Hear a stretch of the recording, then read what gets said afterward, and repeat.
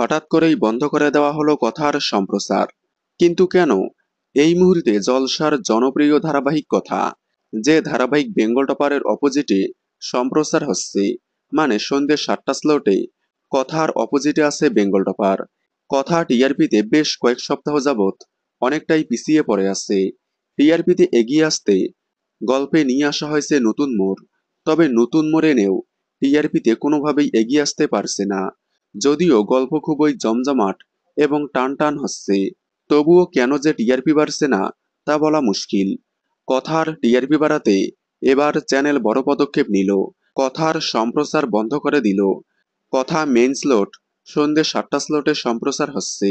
সন্ধ্যে 7টা স্লট বাদেও দিনে রিপিট টেলিকাস্ট করা হতো, কিন্তু এখন থেকে আর কোনো রিপিট টেলিকাস্ট হবে না কথার।